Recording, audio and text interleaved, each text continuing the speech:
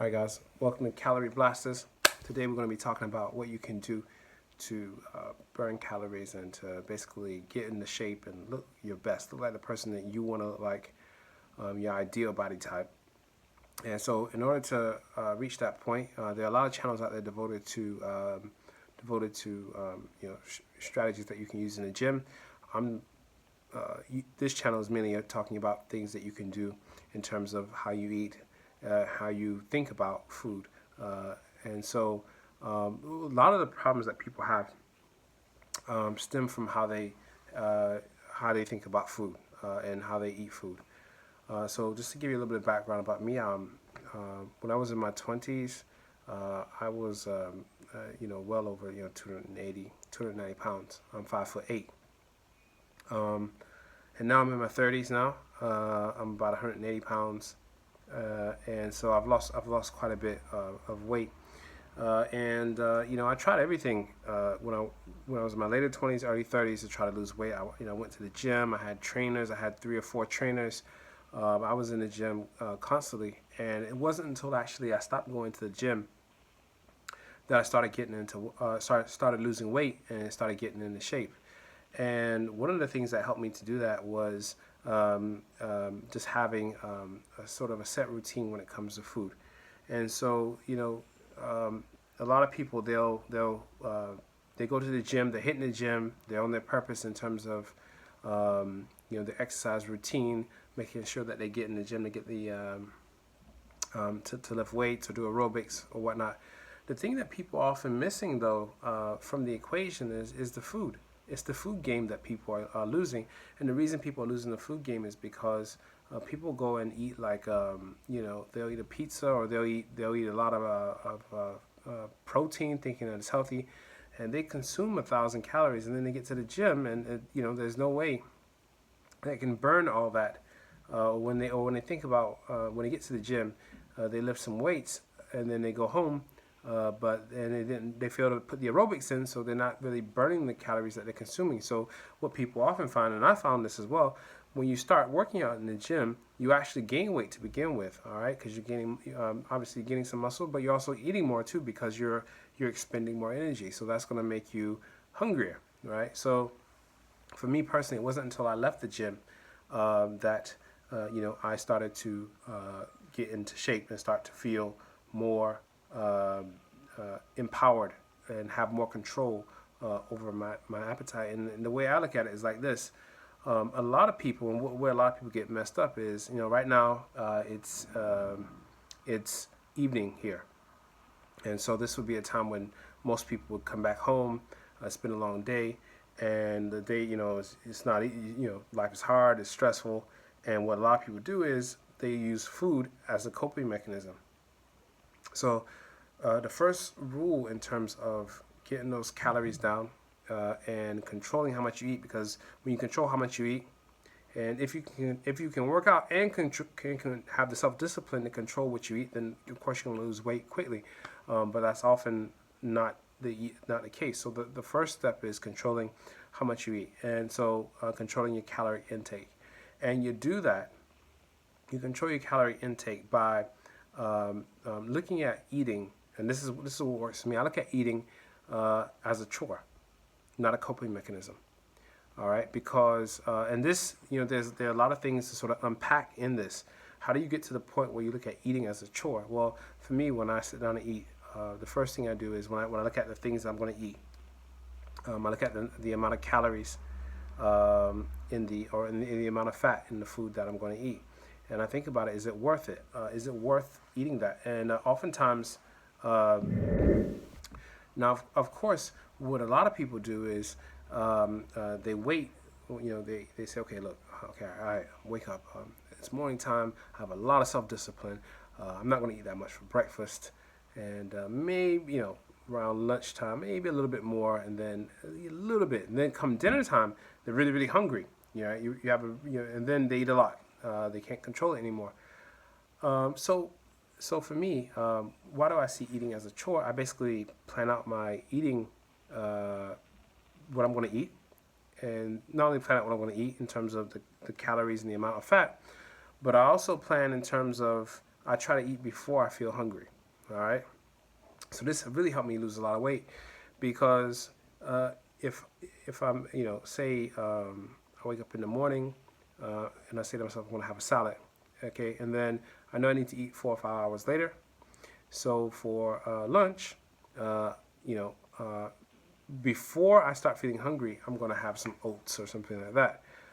And then that way, the feeling of hunger is not controlling what I eat. Because if you wait to the point when you feel hungry, then your body is going to, you're going to have to resort, you're looking at eating as a coping mechanism. Essentially, you're going to go to the first thing out there, the first thing in your face. So if you're walking through the supermarket and you start to feel hungry and you look around, you see some potato chips or some cake or cookies or whatever, you're gonna pick that up. You're more likely to pick that up than if you had strategically said like, look, I'm gonna right now it's 11 o'clock. I know I'm gonna start getting hungry in about an hour, so I'm just gonna have some have a salad.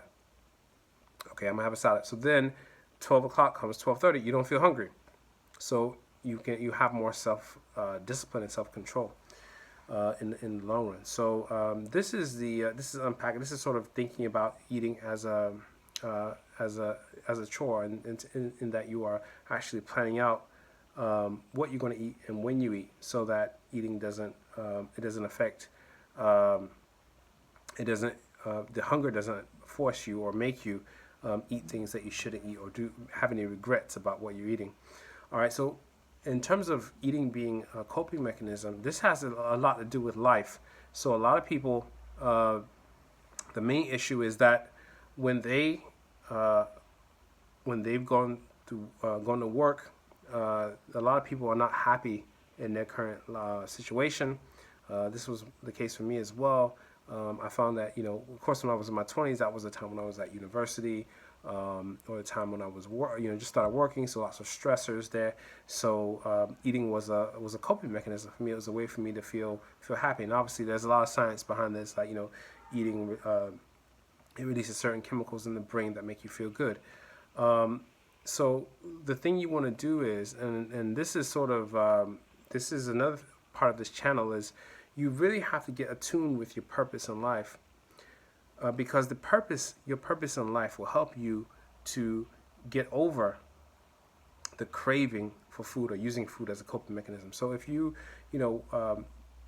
for example, in my own situation, I've just finished my PhD, my doctorate, and I'm the head of the organization where I work. So I'm in a leadership position, and that is a really good feeling for me, and that's where I've always wanted to be. As a consequence, now I'm mostly on my purpose, focused on my goals, less focused on food to sort of bring that happiness in my life. So for that reason, nowadays, I can control it. I know where I want to go. I'm basically focused on my purpose, and one of the things, along with that purpose, is not only to have the sort of the leadership opportunities or the financial benefits to live a better life, but for me also it is I want to be even in more shape. So that's why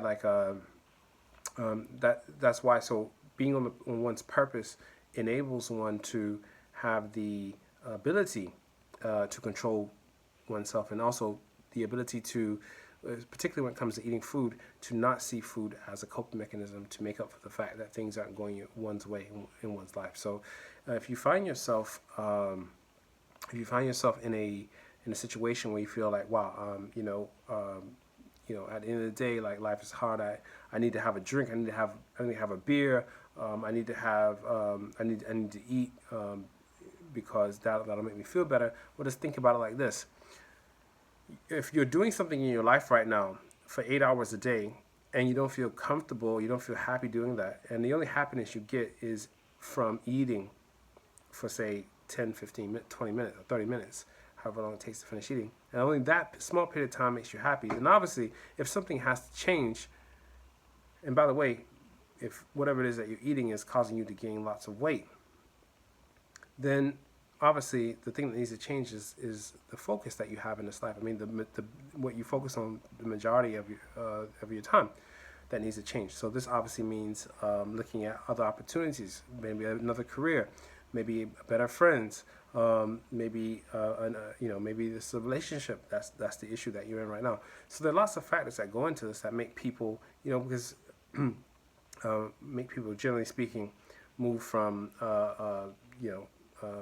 most people when they're young, actually children between young children in primary school, they eat usually. All right, there are exceptions, but they tend to eat when they're hungry, and when they're not hungry, they don't eat. But something happens to us when we get older, where we sort of lose this control, and a lot of it has to do with as we get older and dealing with life and coping mechanisms. And people try to find all different types of ways to cope, and eating or overeating and also eating unhealthily tends to be one of these type of coping mechanisms. So you can get over it through looking at different aspects of your life and changing those, and then making your purpose your coping mechanism. So the fact that you are focused on a key goal or dream or aspiration, letting that be your coping mechanism, letting that be the thing that makes you happy. And the eating is just something that we have to do because if you think about it, it's just something that we need biologically speaking.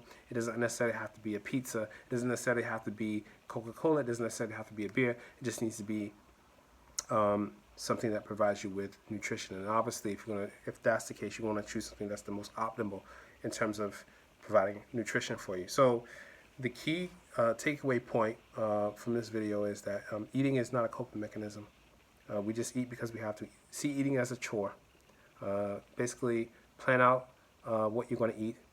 Try to keep it, you can easily search online. You can get an idea of how many calories you need to eat a day in order to get to your desired weight. And then also, don't see eating as a coping mechanism, and eat when you're not hungry. So make a plan every day. Like, I'm gonna eat this time. Okay, wake up in the morning, 7 o'clock. I'm gonna eat. And I'm gonna eat again at 11:30 before I get hungry. That way, I can make the right choice. You don't want to wait until you start feeling hungry and then let that force you into making bad decisions in terms of choosing the right food for you. All right, everyone. So I hope this helps. I'll be posting more videos regularly. All right, so please like the video, comment, or subscribe down below. Thank you. All right, guys. So one of the ways that I control how much I eat every day is that I like to eat a lot of oats, and I like to eat this one. This is a brand I really like. It's called Oats Overnight. They have different flavors that you can try, and you can basically just add milk to these oats and put them in the refrigerator, and then have them in the morning or for lunch.